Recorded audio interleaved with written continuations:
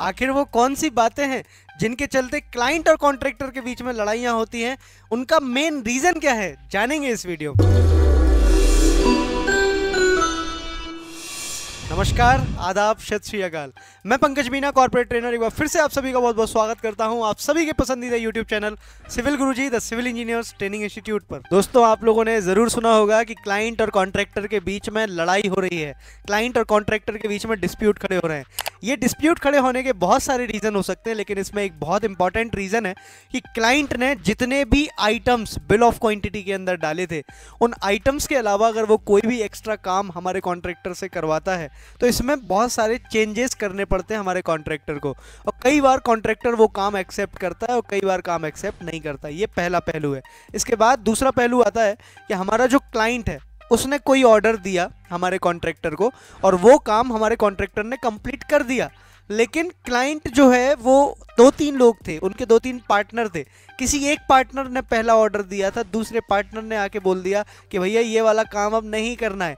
ऐसी स्थिति में हमारा कॉन्ट्रैक्टर फंस जाता है, हमारा कॉन्ट्रैक्टर बिल्कुल एकदम लाचार हो जाता है, कोई भी काम नहीं कर पाता। तो यहाँ पर कौन सी चीज़ है जिसकी मदद से हम लोग इन सारे रिकॉर्ड्स को मेंटेन कर सकते हैं, तो वो है साइट ऑर्डर बुक। और इसी के बारे में ये वीडियो कंप्लीट होने वाला है। चलते हैं हमारे एक्सेल शीट के अंदर और देखते हैं कि क्या होती है साइट ऑर्डर बुक। दोस्तों, यहाँ पर आप लोग देख सकते हैं ये पूरी की पूरी हमारी जो है साइट ऑर्डर बुक है, जिसमें आप लोग सबसे ऊपर देखेंगे लिखा हुआ है सिविल गुरुजी, मतलब कंपनी का नाम। इसके बाद में हेडिंग डली हुई है कि साइट ऑर्डर बुक, यहाँ पर आप लोग देख रहे हो। फिर इसके बाद प्रोजेक्ट का नाम, फिर सीरियल नंबर, फिर इंस्ट्रक्शन बाय क्लाइंट, मतलब कि क्लाइंट ने कौन सी चीज़ बताई है। देखो, अब यहाँ पर होता ही है कि जो हमारा क्लाइंट होता है इसके मन में बहुत सारे चेंजेस आते रहते हैं, क्योंकि वो बिल्डिंग पहली बार बनवा रहा है। तो उसके मन में जो भी चेंजेस आते हैं वो उसको एग्जीक्यूट करवाना चाहता है।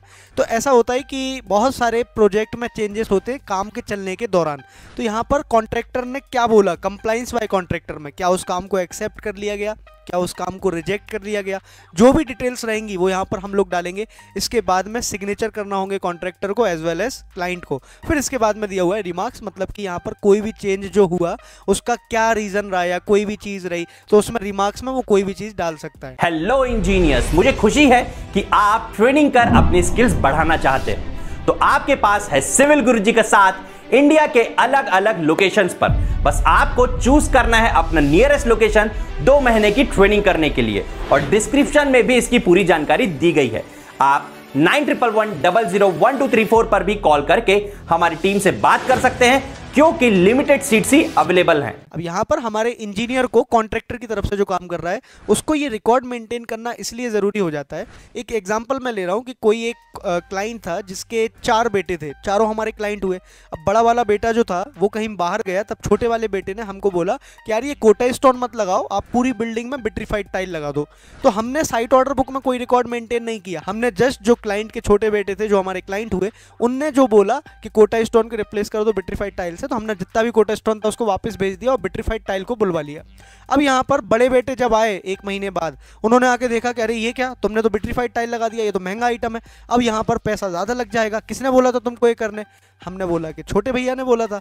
अब छोटे भैया को जब बुलाया गया, छोटे भैया बड़े भैया के डर से बदल गए कि नहीं भैया, मैंने तो कभी नहीं बोला, इनको पता नहीं, अपने हिसाब से ही काम कर रहे हैं।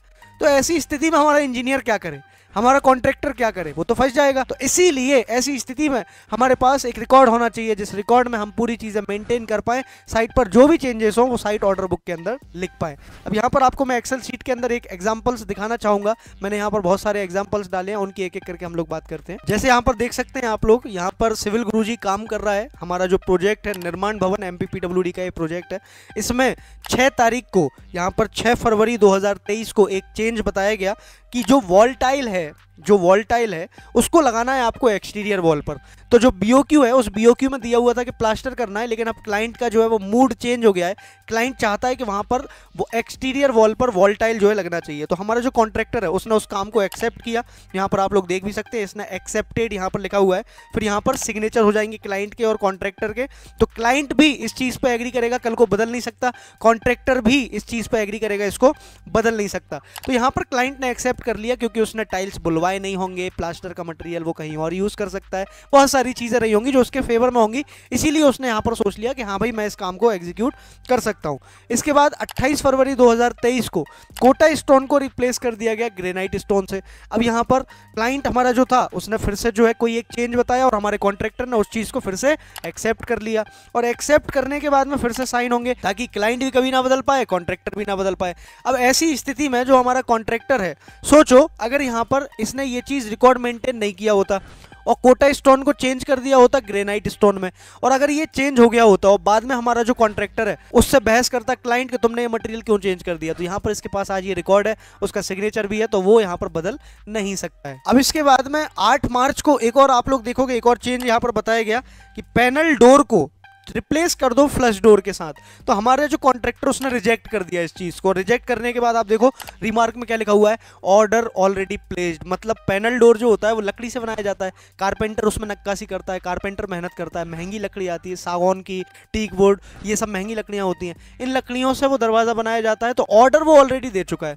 तो ऐसी स्थिति में ऐसा नहीं है कि उसने रिजेक्ट कर दिया तो यहाँ पर क्लाइंट अब करवा ही नहीं पाएगा।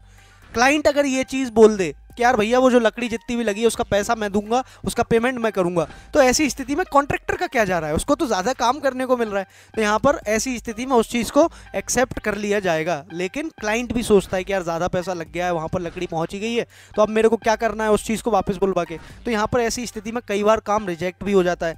यहाँ पर आप लोग देखोगे 18 मार्च को एक और चेंज बताया गया कि स्कर्टिंग जो लगती है दीवार पर 4 से 6 इंच की स्कर्टिंग जो लगती है, बोल रहे हैं उसकी हाइट बढ़ा दो, 2 फीट कर दो उसकी हाइट। तो यहाँ पर क्लाइंट ने इस चीज़ को भी एक्सेप्ट कर लिया। लास्ट जो आप देखोगे उसमें लिखा हुआ है aluminium window should not be install. मतलब बिल ऑफ क्वांटिटी में तो लिखा हुआ था कि एल्यूमिनियम विंडो लगाना है, लेकिन अब क्लाइंट का मूड चेंज हो गया कि यार नहीं एल्यूमिनियम विंडो नहीं लगाते, कुछ हो गया होगा उसका प्रोजेक्ट में, बजट में कुछ और चीज़ चेंज हो गई होगी।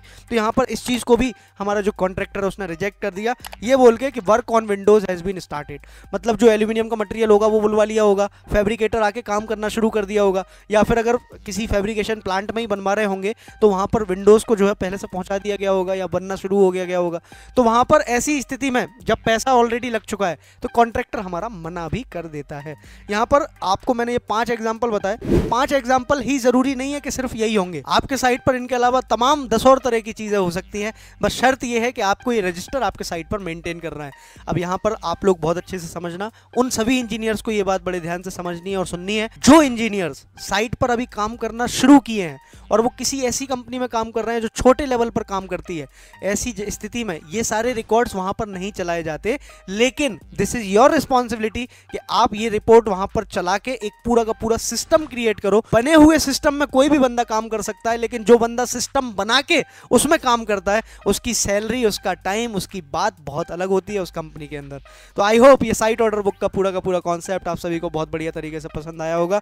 हम मिलेंगे किसी और नेक्स्ट वीडियो में ऐसे ही नॉलेजेबल कंटेंट के साथ और इसी जोश और इसी जुनून के साथ।